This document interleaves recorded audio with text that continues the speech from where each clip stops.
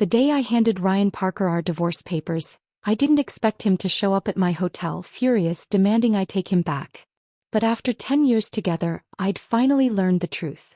While I was losing our child alone in a dark stairwell, he was in another woman's bed. Now she's flaunting a fake pregnancy, he's begging for second chances, and I'm done playing the perfect wife. The faint hum of the central air conditioning was the only sound in Ryan Parker's sleek, glass-walled office, until the heavy thud of footsteps broke through. I didn't bother to knock.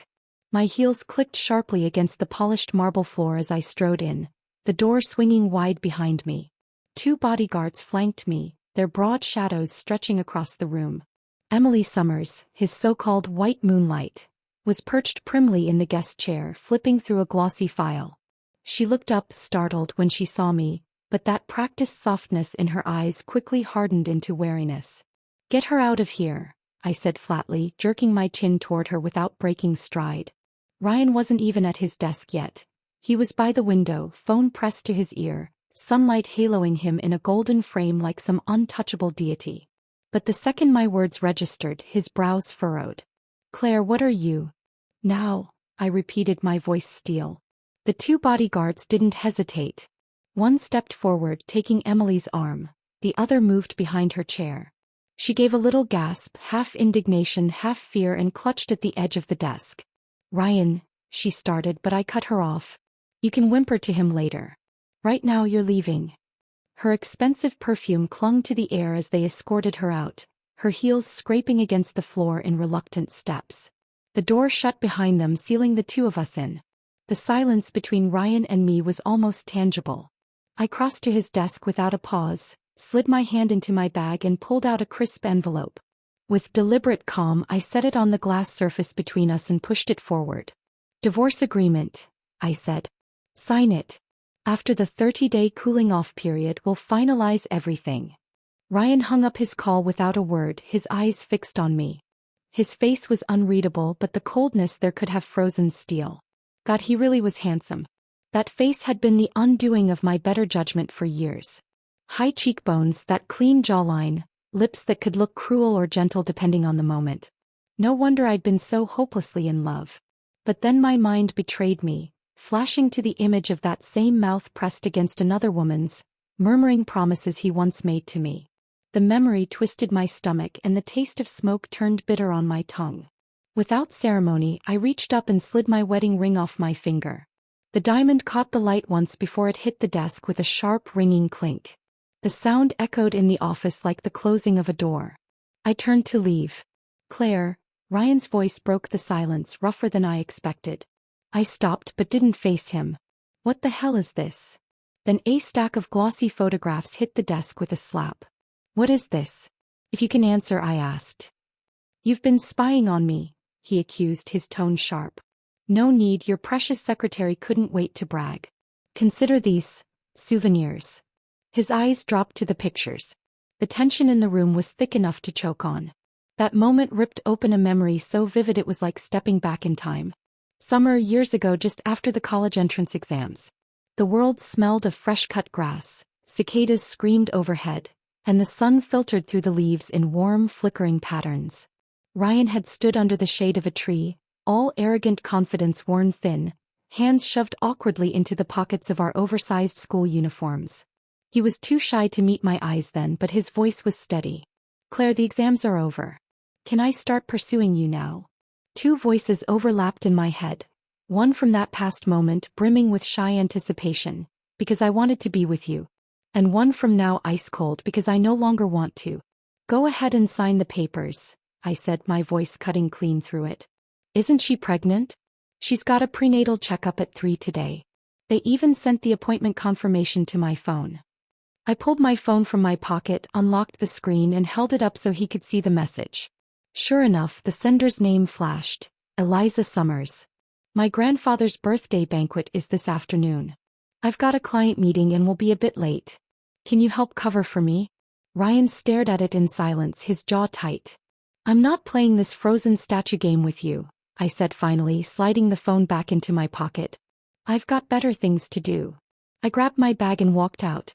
From the passenger seat of my car, my assistant leaned toward me. "Miss Claire, Are you still attending your grandfather's birthday banquet tonight? I pressed my fingers to my temples, feeling the ache starting behind my eyes. No, I'm not going. Take these to Grandpa. I handed her the divorce agreement and filing documents. He'll understand.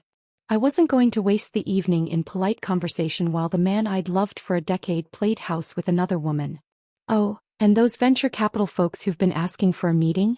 Set it for tonight. Top floor of the Grand Regent. By the time the elevator doors slid open at the hotel, champagne was already chilling in a silver bucket on the conference table. I flipped through pitch decks, scanning numbers, nodding at projections. For 2 blessed hours I lost myself in work. Then the sound of rapid, heavy footsteps broke my focus. The doors banged open. Ryan filled the doorway, eyes blazing, chest rising and falling with fury. "Claire," he barked, marching toward me, "are you really serious about this?" I didn't look up. Instead I turned to my assistant. "Take the guests to the lounge. It seems Mr. Ryan Parker has something he desperately wants to say to me." The others hesitated but obeyed, leaving the two of us alone. Ryan's voice dropped, colder now. "You won't even show up for your grandfather's birthday just so you can, what? Dine with these pretty boys? You sent me divorce papers, Claire. How far are you going to take this before you're satisfied?" I closed the folder in front of me, met his eyes and said quietly but firmly, "Do you think I brought up divorce just to throw a tantrum, Ryan? I truly don't want to live like this with you anymore." For a moment his expression faltered, just enough for me to see panic flicker in his gaze. Ryan was still standing in front of me, jaw tight, eyes searching my face as though he could find a sliver of hesitation to wedge himself into. The silence between us was taut, and I could feel the weight of his unspoken pleas pressing into the air. Finally, he drew a long breath and leaned over the table, bracing his hands on either side of the divorce agreement I'd placed there earlier. "I'm not signing this," he said, his voice quiet but laced with steel. "I'll get rid of Emily. I'll make sure you never have to see her again. The baby," I interrupted, "is the problem." His brow furrowed. "What do you mean?" I leaned back in my chair, crossing one leg over the other, my tone deliberately casual though my pulse was a hammer in my throat. "I won't be married to a man who has an illegitimate child with someone else. If she terminates the pregnancy and is sent abroad, then maybe, I'll consider your so-called compromise. Otherwise, there's nothing left to discuss." The moment the words left my mouth, his whole demeanor shifted. The polite restraint cracked, his eyes hardened and his lips pulled back just slightly as though my ultimatum had physically offended him. "Are you insane?" he demanded, straightening abruptly. "That's my child we're talking about. And don't forget," he jabbed a finger toward me, "you have fertility issues. You might never be able to have a child. I've already made so many compromises for you, Claire. What more do you want from me?" His voice rose with each sentence until it was almost a shout. The sound echoed off the marble floors and glass walls, making it feel like the whole building could hear him defending her. I just stared at him. This was the first time in our decade together that Ryan had raised his voice to me like this. Not for business stress, not during any of our arguments, but for another woman. For another woman and the child she carried. His hands slammed onto the table, rattling the champagne glasses. "This is how it works in wealthy families," he continued. "As long as it's not out in the open, what wife really makes such a fuss? Don't they all turn a blind eye and let it pass?" His eyes narrowed in disgust. "Claire, maybe you're just too greedy." For a beat I didn't move. Didn't breathe. His words hung in the air, heavy and poisonous. Then slowly I stood. My heels clicked once against the floor before I stepped right up to him. And without giving myself a chance to second-guess it, I slapped him. The sound was sharp, startling in the silence that followed. Ryan's head turned slightly from the force, and when his eyes snapped back to mine, there was something unreadable in them. Shock, yes, but also a flicker of something darker. "You honestly disgust me," I said, my voice low but shaking with fury. He clicked his tongue, irritation curling at the edges of his expression. "Are you done? What's with your temper lately?" That was it. Just one dismissive sentence, as if my anger was some passing mood swing. I felt the tears sting before I realized they were coming. They fell quickly, one after another, silent but relentless, like a gentle rain that wouldn't stop. I hated that he could see them, hated that I couldn't control it. Ryan's eyes widened slightly, a flicker of confusion crossing his features. Why are you? Funny, isn't it? I interrupted, my voice trembling. I didn't cry when I found out you cheated. I didn't cry when I brought up the divorce. But now. Just one sentence from you and I can't stop. I turned before he could answer, walking fast, almost running, like I could escape the tightness in my chest if I moved quickly enough. My hand was on the door when I realized my breathing had gone ragged. Wasn't all of this because of him? Because of Ryan Parker, who once told me that even if the sky collapsed he'd hold it up for me. Who promised me a lifetime of indulgence, a life where I'd always be his princess. And yet here he was, defending another woman, another child, driving me to madness, then blaming me for being unstable. 10 years. We had been in love for 10 years. Ryan, how could you stop loving me? How dare you stop loving me? It was 2 a.m. by the time I found myself sitting on the edge of my hotel bed, staring at my phone. My thumb hovered over the keyboard for a long time before I finally typed out the message. Do you know we once had a child? And I lost it because of you? It took less than a minute for the reply to come. Claire, you have fertility issues. I froze. The words hit like ice water, shocking the breath out of me. It wasn't the content, it was the tone. The clipped certainty. That wasn't Ryan. I knew him too well. And somewhere far from me, in a dimly lit living room, Ryan's voice broke the silence. Emily, what are you doing? She flinched, nearly dropping the phone she'd been holding. Nothing, she said too quickly. I just saw your phone near the edge of the table. I didn't want it to fall. In one smooth motion she flipped the screen down and almost instinctively deleted the entire chat thread with me. Ryan was a little drunk, his shirt collar loose, the faint scent of whiskey lingering in the air. He took the phone back without suspicion, his voice flat. It's late. You should go. But Emily didn't move toward the door. Instead she stepped closer, sliding her hands up his arm. It's so late. Don't make me go. Her breath was warm against his chest, her eyes wide and shimmering under the soft light. The air between them was thick, charged with something unspoken. But as he looked down at her, Ryan's mind betrayed him. He thought of me. I would never cling to him like that. I would meet his eyes and say exactly what I felt, for better or worse. A sharp, inexplicable pain pierced his chest. Almost without thinking, he reached for his phone, an urge to say something, anything, to me, even if it was just a silly joke. Anything would be better than the cold, distant expression I'd worn earlier. It really did feel like I didn't love him anymore. Pushing Emily gently away, he dialed my number.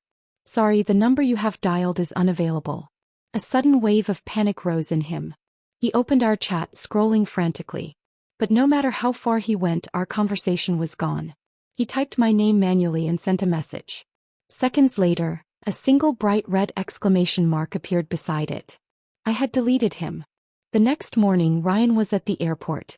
Sorry, Miss Claire already took her flight this morning, the staff told him. As for anything else, we're not sure. He cornered one of my assistants outside the terminal, his voice tight. Where did she go? When is she coming back? The assistant only shook his head and handed over a folder. This is the divorce agreement Miss Claire asked me to give you. The last one wasn't signed. This copy has her signature. If you insist on asking, she said, on the day the 30-day cooling-off period ends, 9:30 a.m. at the Civil Affairs office, she'll be waiting for you outside. Ryan stood there clutching the folder, but I was already gone. My plane touching down in Tokyo as the city's lights flickered against the night sky. That night in my hotel room overseas, I sat with the abortion notice in my hands. I didn't even remember how long I'd been crying, only that my fingers ached from holding it too tightly. I'd hidden that paper away long ago, let dust gather over it like a shroud. I'd imagined 1,000 ways Ryan might react if he ever knew. I'd prepared for disbelief, for regret, for him to beg for forgiveness. But I hadn't prepared for him not to believe me at all. And I didn't have another decade to waste on someone who could. Avoidance was cowardly, maybe. But it worked.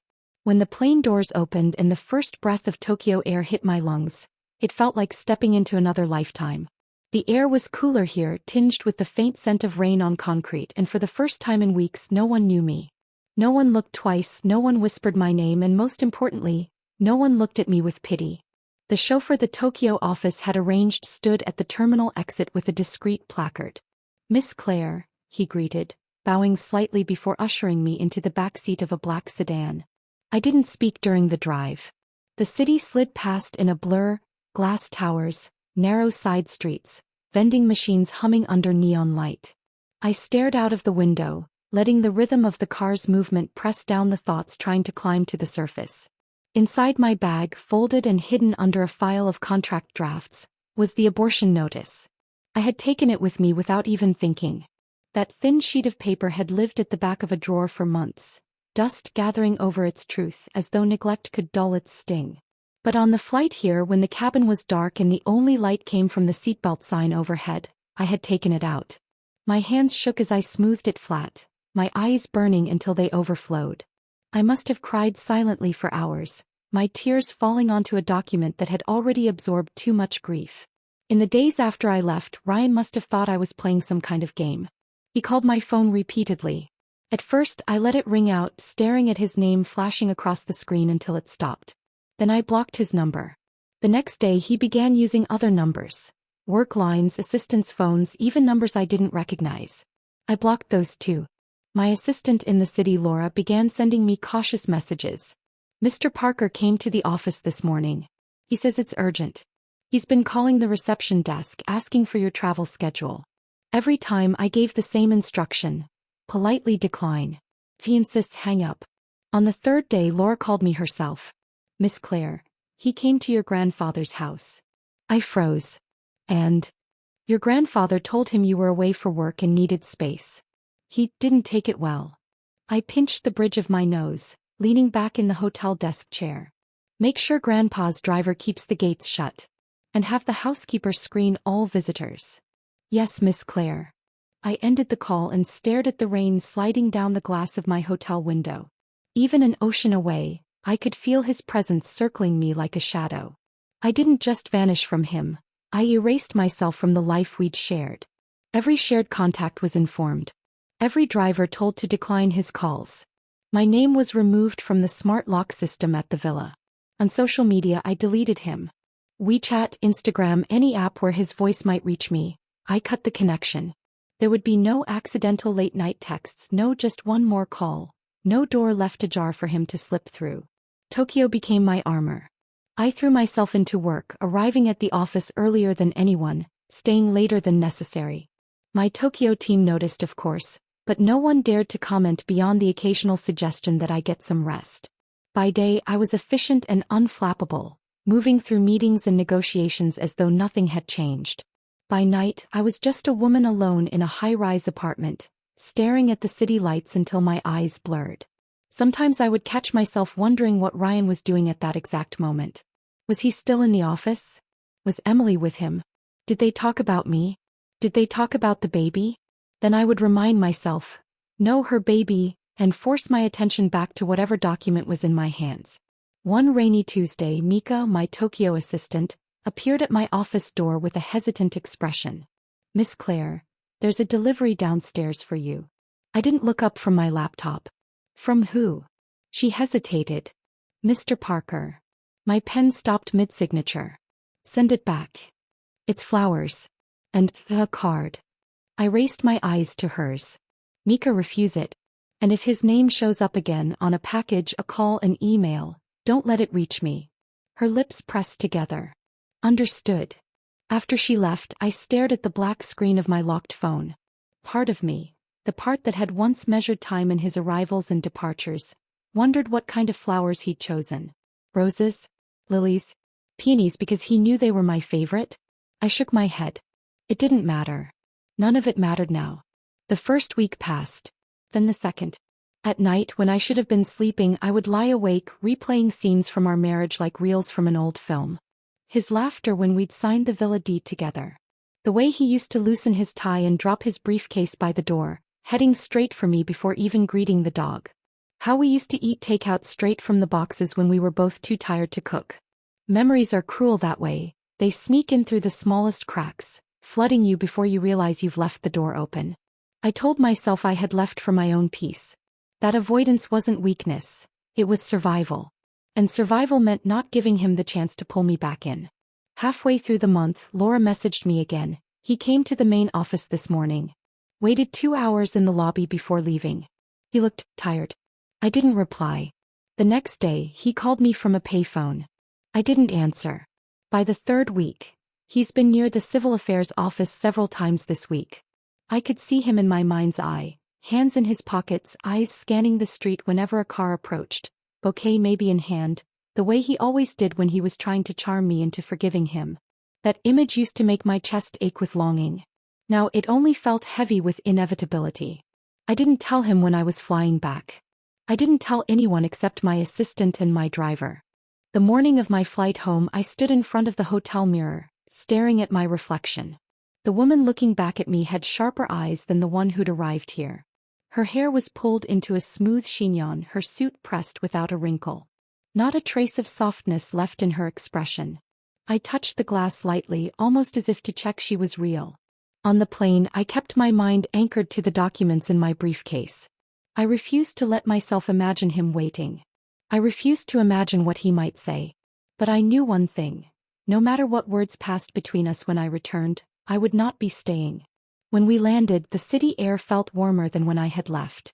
Early summer had painted the trees a brighter green, the streets buzzing with life. My car was already waiting. As the driver pulled away from the terminal, Laura called to confirm my schedule. "Miss Claire, just to remind you, the cooling-off period ends tomorrow. 9:30 a.m. Civil Affairs Office." I said. "Do you want me to prepare the documents again?" "Yes. And send copies to my lawyer." "Understood." I ended the call, leaning back in my seat watching the skyline pass by. My reflection in the tinted glass stared back at me, steady and unreadable. Tomorrow I would see Ryan again. Tomorrow we would end this. And that was where I let the thought stop. I didn't imagine the conversation. I didn't picture his expression. I didn't guess at whether he'd bring roses or arguments or tears. I had spent too long rehearsing his words in my head, trying to predict every possible angle of his persuasion. This time I would let him speak and then I would walk away.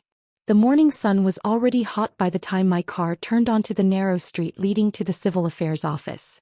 A faint buzz of cicadas filtered in through the slightly open window, mingling with the hum of traffic.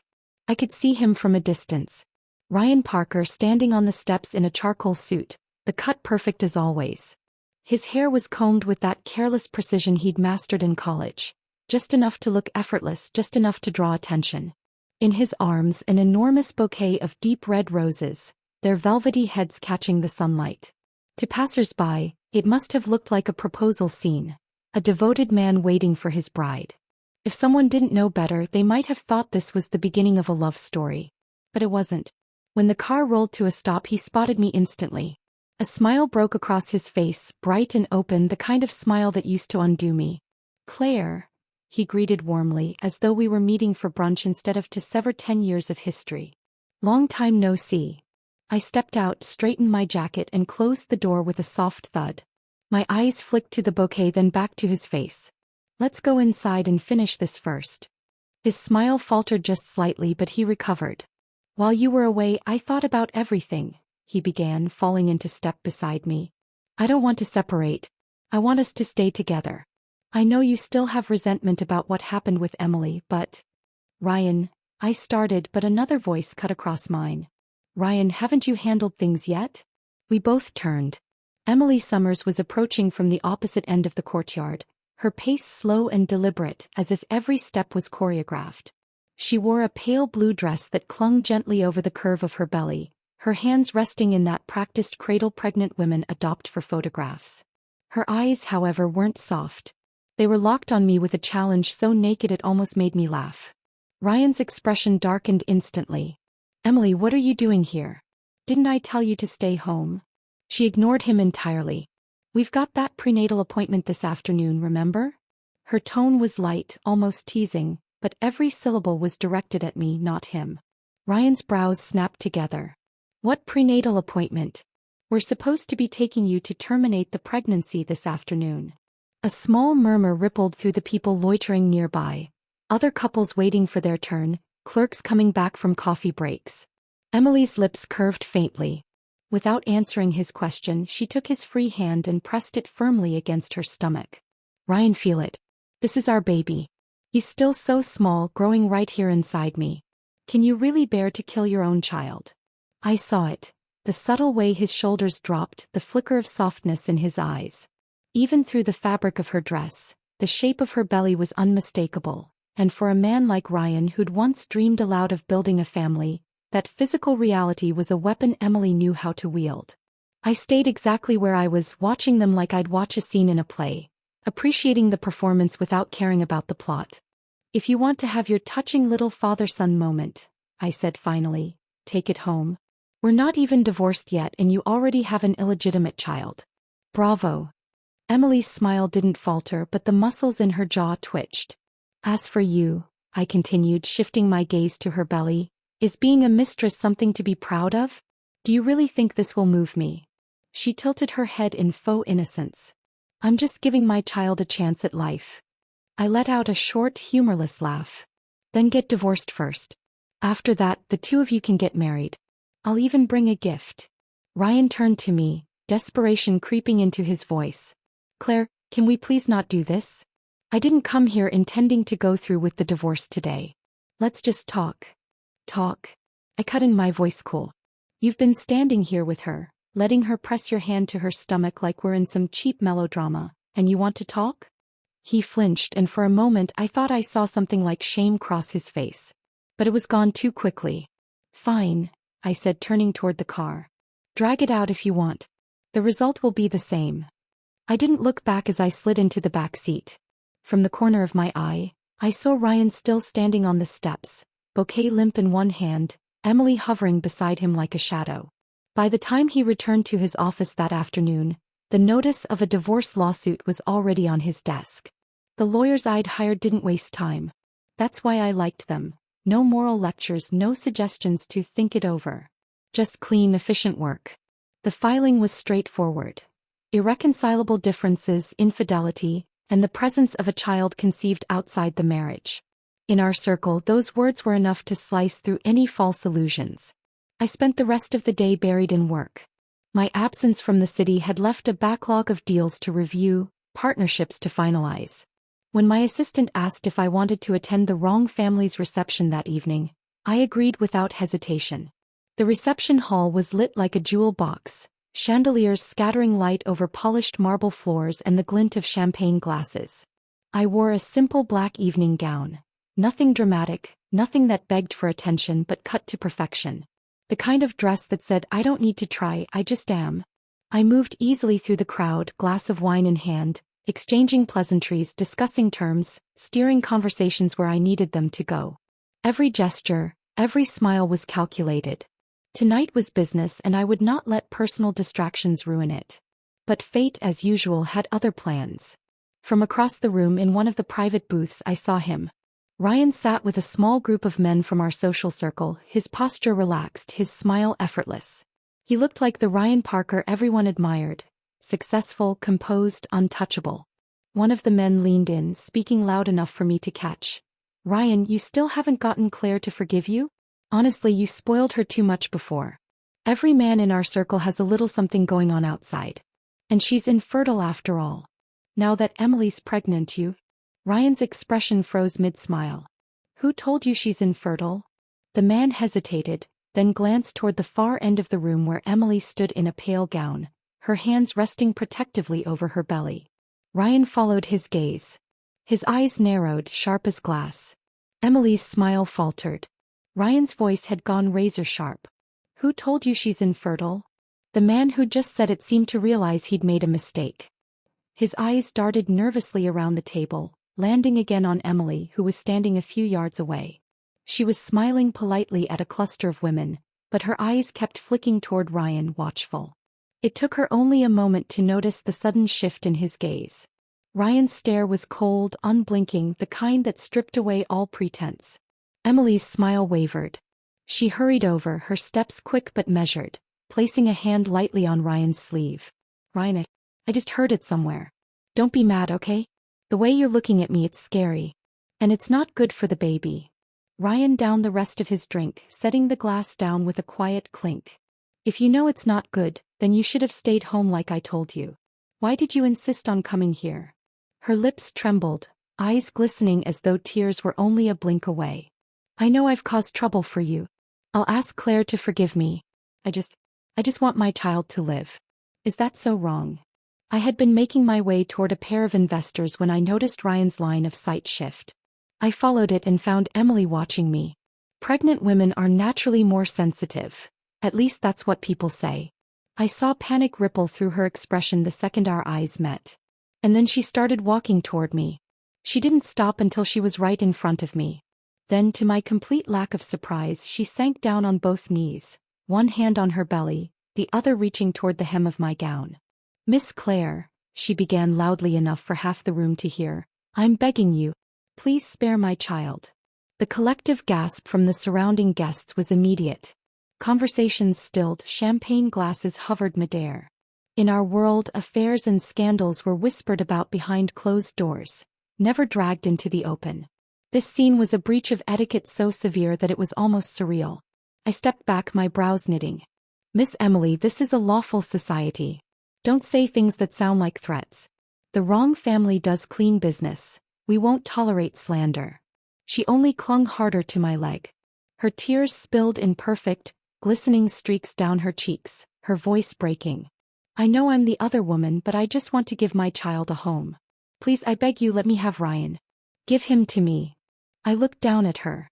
The thing about Emily was that she knew exactly how to stage these moments.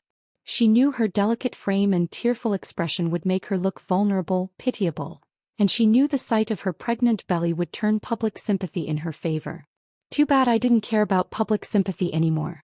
"Fine," I said, voice flat. "Take him. Just let go of my leg, will you?" Her eyes widened, clearly not expecting me to hand him over so easily. Before she could answer, Ryan appeared. His face was thunderous as he grabbed her under the arms and hauled her to her feet. "Emily, are you out of your mind?" he snapped. She didn't seem to hear him. Clutching his arm, she turned her tear-streaked face toward him. "Ryan, she doesn't want you anymore. Claire doesn't love you. She's infertile, but I'm carrying your child, so marry me, okay? Promise me you'll marry me." The silence that followed was suffocating. All eyes were on Ryan. He didn't answer. And that silence said more than any words could. I signaled to a few reception staff. "Please escort Miss Summers somewhere she can rest. This isn't the place for such conversations." Emily resisted, clinging to Ryan's hand until one of the staff gently pried her fingers loose. The last I saw of her was her pale dress disappearing through a side door, her sobs echoing faintly down the hall. The moment she was gone, I moved to the far corner of the reception, away from prying ears. Ryan followed, his expression caught between guilt and frustration. "Let me go, Ryan," I said softly but firmly. "Please. The way you're handling this, you're putting me in an impossible position." His lips pressed into a thin line. "Claire, I love you. But the baby in Emily's belly, that's my responsibility. I've thought about it a lot. If we'd had a child back then, would things have ended up differently?" The question hit me like a cold wind. My grip on my champagne glass tightened, but my voice stayed calm. "That night," I began slowly, "we argued and parted badly. I messaged you afterward and you replied telling me I was infertile. But I didn't lie to you, Ryan. We did have a child once." The color drained from his face. The hand holding his drink trembled. What did you say? You're telling me I didn't know. When?" My gaze dropped briefly to my flat stomach before I met his eyes again. "It's gone. I miscarried. The baby was gone the same day you slept with Emily for the first time. Don't you remember that night? There was a thunderstorm. Half the city had power outages. Even the company and the villa lost electricity. I told you to come home. Lied and said I was scared. But really, I wanted to tell you the good news." I set my glass down on the nearest table, my voice low but steady. "That was the first time you ever lied to me. You said there was a work emergency, that you'd be home in half an hour. But an hour passed. You still hadn't come back. I couldn't reach you. The rain was coming down so hard I got worried.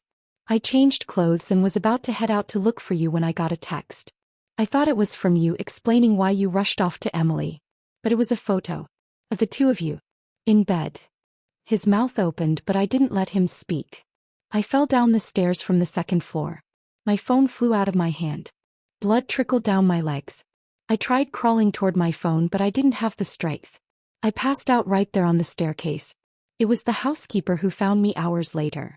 When I woke up, the doctor told me the baby didn't make it. Ryan's eyes shone wetly. He reached for me, his voice breaking. Claire, I didn't know. I swear I didn't know. I stepped back. That night I needed you so badly. Even if you had already cheated, I still needed you. But the housekeeper told me you'd suddenly gone on a business trip. With your secretary. You never came, not even once. Not even when I was discharged. Did you two have fun that month? He looked wrecked. But I didn't feel satisfaction, just an emptiness so deep it scared me. Her name sat like a stone between us. Emily's gentle, quiet, I continued, my voice almost detached. Her profile looks a lot like mine, but her personality is completely different. That night she ran into your arms because she was scared. She kissed you first. And in that storm, with the two of you holding each other tight, you made a mistake. I took a long breath. I don't love you anymore, Ryan. But I'd hoped to end things with a shred of dignity. Let's reapply at the civil office tomorrow. Don't delay me any longer. He didn't stop me when I walked away this time. The rest of the reception blurred. Handshakes, polite goodbyes, the organizer apologizing for the disruption. I excused myself early, my heels clicking across the marble floor until I was out in the night air. Somewhere behind me, Ryan remained in that corner, clutching his empty glass like it could anchor him to something solid. But there was nothing solid left between us. The morning after the reception, the city seemed quieter than usual. Or maybe it was just me, my head still heavy with the weight of the previous night's confrontation. I arrived at the civil affairs office promptly at 9. Ryan was already there, leaning against the railing outside, his tie loosened, eyes shadowed from lack of sleep. There were no flowers this time. No false charm. Just a man who looked like he hadn't closed his eyes all night. We didn't exchange pleasantries. We walked in together, submitted the paperwork, and began the process all over again. Another 30-day cooling-off period. When the clerk stamped the forms and slid them back across the counter, I felt an odd sense of finality, even though it wasn't truly over yet. Ryan glanced at me as we stepped back outside. Is today okay? He asked. I turned to him. For what? When you moved out, it was so sudden. I'd like to go back to the villa. There are probably still things you didn't pack. I hesitated for only a second before nodding. Fine. My fingerprints still unlocked the front door. The soft chime sounded as we stepped into the familiar foyer. The housekeeper appeared almost immediately, her face lighting up. Madam, you're back. It's been a while. What would you like for dinner? It's hot today, I'll make something light for you. I smiled faintly and shook my head. Don't worry, I'm just here to pack. I won't be staying for dinner. And I probably won't be back again. Her gaze flickered briefly to Ryan, and in that moment, I knew she understood without needing to be told. I walked through the villa slowly, my heels echoing on the polished floor. The living room still looked exactly as it had the day I left. The coffee table stacked with a few untouched magazines, the throw blanket folded neatly over the back of the sofa. The study smelled faintly of my perfume. A small potted plant I'd kept on the windowsill had grown unruly, its leaves pressing against the glass like it was trying to escape. I started in the bedroom. Ryan stood awkwardly by the door, watching me sort through drawers. Let me help you, he offered after a moment. I glanced over my shoulder. No need. I can handle the mess you left me just fine. The words came out sharper than I intended, but I didn't take them back. I moved through the room methodically, folding clothes, stacking books, sorting cosmetics into small travel pouches. The rhythm of packing was almost soothing, the quiet act of deciding what to take and what to leave behind. Ryan lingered in the doorway, his hands shoved in his pockets, saying nothing. The sound of something hitting the floor made me pause. Plop. I turned and saw him standing perfectly still, his head bowed, a single tear sliding down to the hardwood. For a moment I froze. It hit me then, the image was eerily familiar. Years ago, when I'd first moved in after we married, he'd stood in almost the exact same spot watching me unpack. Back then he'd been clumsy and unsure, offering to help but only getting in the way. I'd laughed and told him to sit down, that I could handle it. The difference was that then I was moving in. Now I was moving out. It didn't take long to finish. I packed what truly mattered into a few neat boxes in a suitcase. The rest, things not worth taking, I left stacked in a corner. You can ask the housekeeper to toss them later, I said, zipping my bag shut. Before walking out, I stepped to the front door panel and deleted my fingerprint from the smart lock. The small confirmation tone felt like the closing of a chapter. 10 years of love, and in the end, it hadn't even taken an afternoon to pack it all away. Ryan stood in the foyer as I left. I didn't look back. It wasn't until the housekeeper touched his arm and spoke softly that he seemed to come back to himself. "Sir, Miss Claire left behind those 2 boxes. I remember where she used to keep them. Should I put everything back where it was?" That night, Ryan didn't ask her to throw anything away. Instead, he carried the boxes into the living room and opened them slowly, one item at a time. There were toothbrushes in the shade of pink I preferred, their bristles worn just enough to show use. A towel with my initials embroidered in the corner. A pair of slippers I'd bought on a trip to Italy, soft suede with tiny silver buckles. A favorite bowl, the one I always used for late-night ramen. The pillow I kept in the study, claiming it was for afternoon reading, but often using it for short naps when work had worn me out. One by one he placed them back exactly where they had been. The slippers went by the edge of the bed, toes pointing slightly inward like I used to leave them. The pillow returned to the reading chair in the study. The bowl went back to the lowest kitchen cabinet with an easy reach for me but annoyingly low for him. He even set the toothbrush in its old spot by the sink next to his. Everywhere he turned there were traces of me. By the bay window in the living room sat a little teacup I'd once forgotten to put away. On some weekends I'd curl up there with a stack of files, pausing occasionally to complain to him about a difficult client or a demanding investor. He found himself smiling faintly at the memory, but when he blinked, the smile vanished. The chair was empty. The room was silent. He stayed up all night. As dawn began to lighten the sky, he wandered into the kitchen and poured himself a glass of water. On the counter, the digital clock read 6:03. That was when the television in the living room caught his attention. The morning news was running, the anchor's voice droning about the business headlines. And then the image changed. It was me. I was standing next to Shane, the business partner from the reception, both of us in front of a wall of cameras. We were announcing the new collaboration between our companies, the very project we'd planned to reveal at the reception before Emily's scene ruined it.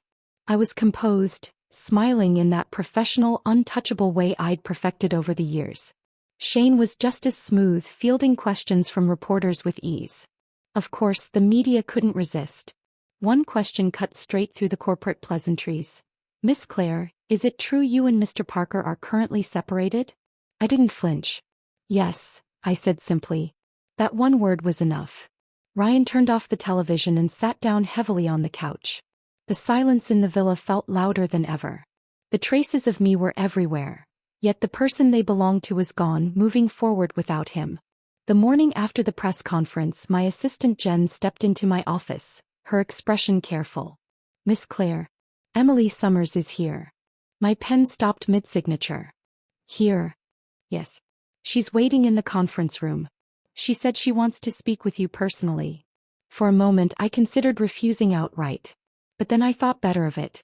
If she had the audacity to show up after everything, she must be desperate, and desperate people often reveal more than they intend. "Fine," I said, standing. "Put her in the large conference room. And Jen, bring a cup of warm milk. She's pregnant, she shouldn't have tea." When I walked in, Emily was sitting with her legs crossed, fiddling with her phone. Her dress was immaculate, her hair styled, but the faint puffiness under her eyes suggested she hadn't slept well. She looked up, clearly startled by my calm tone as I set my folder on the table and took the seat opposite her. "I thought you'd kick me out right away," she said after a moment, her voice light but tentative. "Or use your family's influence to ruin me completely. But you're actually offering me a drink? You're really kind." A short, humorless laugh escaped me. "Kind? Emily, those 5 slaps I gave you must have rattled your brain if you still think I'm kind. I just know better than to waste time making a scene in my own building. If I threw you out, you'd probably kneel in front of the gates crying about how I bullied you. That would be another mess to clean up. So tell me, Miss Summers, what exactly are you here for today?" Jen returned with the milk, setting it in front of her. Emily didn't reach for it. "I'm not actually pregnant," she blurted out suddenly. "I can drink tea. It's fine." Jen's brows lifted slightly, but she glanced at me for direction. I gave a small nod and she left without pressing the matter. Emily watched me almost expectantly, as though waiting for me to gasp or throw my drink in her face. I didn't. I was surprised, I admitted evenly. But not anymore. I found out last week. Shane told me the reception host. That private hospital you went to? One of the major stakeholders is a friend of mine. He told me everything. So if you're not pregnant, why are you telling me this now? Shouldn't you be confessing to Ryan? Her lips pressed together. I thought you deserved to know. I'm sorry about the baby you lost. That message I sent back then, I only wanted to provoke you to make you fight and split up. I didn't know you were pregnant at the time. I really didn't. I leaned back, crossing my legs. Is this supposed to be some kind of redemption arc? Crocodile tears and a guilty conscience? You chose to be the other woman, Emily. You chose to show off. You loved playing the poor, innocent act in front of Ryan. And now that it's blown up in your face, you're here looking for absolution? I won't forgive you and I'll never forgive you. Do whatever you want with Ryan, just don't bother me again. Her eyes began to glisten, her lips trembling in that familiar way she used to summon Ryan's protection. I'd seen this performance before. You know, I continued, my tone cooling further, I actually saw your resume before Ryan hired you. Impressive, really. You came from a poor rural area, worked your way into one of the country's top universities, earned both your bachelor's and master's degrees, won nearly every scholarship available. You fought your way out of hardship only to end up here, faking a pregnancy, clinging to someone else's husband and humiliating yourself at public events. If that's who you've become, you should return all those scholarships. Everything you studied was for nothing. Her tears froze mid-fall. For the first time she had no ready-made line to throw back at me. Get out, I said quietly. And make sure the security team never lets her in again, I added to Jen, who had just returned. Emily stood, her face pale. At least she had the dignity not to cry again as she walked out. My phone rang before I'd even returned to my office. Ryan's name lit up the screen. Did Emily come bother you again? He asked without preamble. She's already gone, I replied. Next time handle it beforehand. Don't call me after she's already shown up. I end up having to deal with both of you. Just remember, tomorrow morning 9:30 a.m., outside the Civil Affairs office. Don't be late. My tone made it clear the conversation was over. I hung up before he could answer. The next morning I arrived at the Civil Affairs office to find Ryan waiting, but not in a suit. He was wearing our old high school uniform. Blue jacket, white shirt, plain black frames instead of his usual gold-rimmed glasses. His hair was unstyled, falling naturally over his forehead. For a moment, it was like seeing the boy I'd first fallen for. Cocky, unpolished, but with a smile that could melt steel. We walked toward the door together. He leaned in suddenly, his voice playful. Claire, can you fall in love with me one more time? It was hard not to hesitate. That face hadn't changed at all. Memories flooded. The time he'd snatched my draft paper and called me dumb, only to secretly solve the problem and draw a tiny heart at the end. I blinked, forcing myself back to the present. I patted his shoulder lightly and pointed at a bare tree branch in the distance. Ryan, look. There's a bird over there. He turned his head. Where? It's already gone, I said. Then, to make sure he understood, Ryan, it's already over. He didn't argue. He removed the jacket, folding it over his arm. Inside, the process was quick. When the bright red divorce certificate landed in my hands, it felt impossibly heavy. It held the weight of 10 years of youth, of every promise we'd made and broken. As we stepped outside, Ryan spoke quietly. I didn't see that message you sent that night. Emily confessed before she left. She was the one who replied, telling you about the infertility, and then deleted the chat afterward. If I had seen that message, if I had come to you that night, would we still be together? I slipped the certificate into my bag. How many nights did you spend with Emily? And now you want to ask me what if? Ryan, there are no more what ifs. What's done is done. He caught up to me, his hand closing gently around mine. Can I still walk you home? I'm not trying to get back together, he added quickly. I want to start over. I want to fall in love with you again. I glanced at my phone. Shane was already on his way to pick me up. Take care of yourself. Goodbye. I opened the car door and stepped in without looking back. As the driver pulled away, Shane glanced at me from the passenger seat.